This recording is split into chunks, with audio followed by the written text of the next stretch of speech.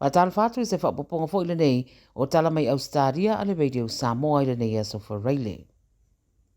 E ono whaia wawa se palota Ausetalia na o toe whaalaurua mai ile whainga malo o iei nei na lātou piri e whaatatau I whale o le housing bill I le Parlemene. O le Parlemia o le atunu o Anthony Albanese o fuafuana te whongaina fuafuanga o le piri le nei o le Housing Australia Future Fund Bill I le whale mawalano o le Parlemene pe ato e tau au fia I le vai sa fau.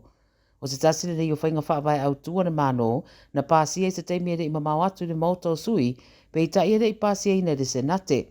O le vanga tupe o lo au fia I le piri re atu ina nea I le 5 miliona I le tausanga e whesosoa niai mo le fausia ina o whale.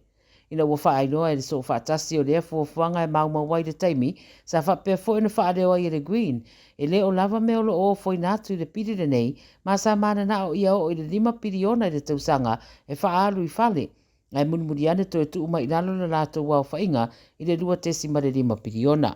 A whai ai le pāsia le piri le le upper house e ono sa ide le malo se mafua anga whaatino e se palota I le mataupu ai a whai atu le mai le wha I unga o lona winga o le a wha le ao ngā ina loa le kōwana siri mauta o le Parlemene ma to e whai ai whai ngā palota. O le taimuri muri na tūra I eise whainga whapea I Ausetalia o le double dissolution election o le rua awha se furuono.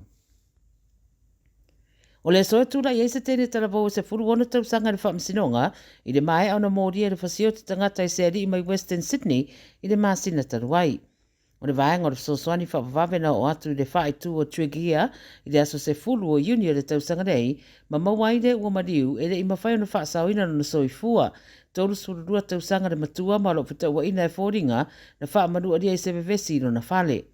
E tō rua I se aria e se furu walu ma se furu iwa tausanga o lo mōria fōi I le nei wha lawe a le tene tite se furu ono tausanga na pu e mai Maxwell Brook I le Hunter ma pu e na lai le aso na nafi. Wa maua se tina ua whana ma maliu wai ilo na whale, a le tino maliu o le sa avema na pāanga na mawatu I se AC unit o susunuina ma ua masalomi ai o se mata upu pule le soifua le tina lea mai Perth. Wa maua leo leo Georgia Lyle, tolu sulua tausanga, I te tono lona whale I Sabina Road I South Guildford, Perth, I le Soranafi. Ai wala awane fo le fisosoani whaapawave se afi na sasawane I se unit, e 2.2 kilomita le mamao mai le whale o lea tina, ia ma e mawatu iai ma le tino mariu o se rii, e talutonuina sa ave ma paanga le tina le o mariu. O le suafa o le alii o Luke Normets, o le usu e nei e leo leo le whaalavelave, a iei whamtalanga ma le 9 News o ta uai o Normets, e iei lona talaanga le kenge le Rebels, ma sa whale pui pui foi. O le uamanino mai o le ale to e whapiina ni kesi I whale fau e fausia I Victoria, pe a mai ala sa mua mua Januari le tausanga fau.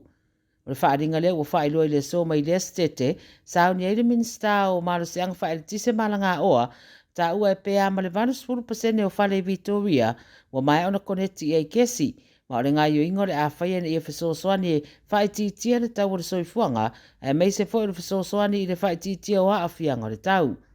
E le ngata I lea a o le a whaasawina mai e fo I matupe a tangata mai piri o mōri I tausanga te tasi. O se tasi le nei o ngā yoinga sa lango malo se fo iai le vaenga wha upawhai a le green.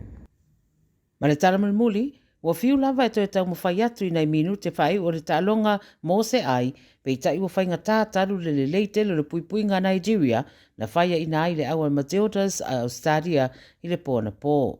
O le lona lua ai leo talonga le Matildas sa wha moe lava manuia e mawai se awanoa mautu I le pa umanofo, pe I tai lao leo wa mana o mia lava na manu malo I a kanata, leo le aso o maila na talonga I a mawai pea se awanoa I le tamusanga.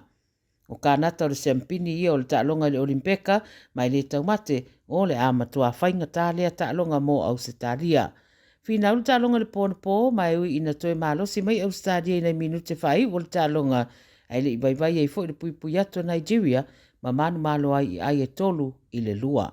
O talonga le ipore larolangi I le aso I le soka, e whatawi ai Argentina ma Afrika I saute I Dunedin, o ene langi ma Denmark I Sydney, ma Saina ma Haiti I le talonga e whaia I Adelaide. O tala nā le radio Samoa, mō le nei fo I aso whareile, ia manuia tele le whae ungo le vai aso, wha soi fuaia.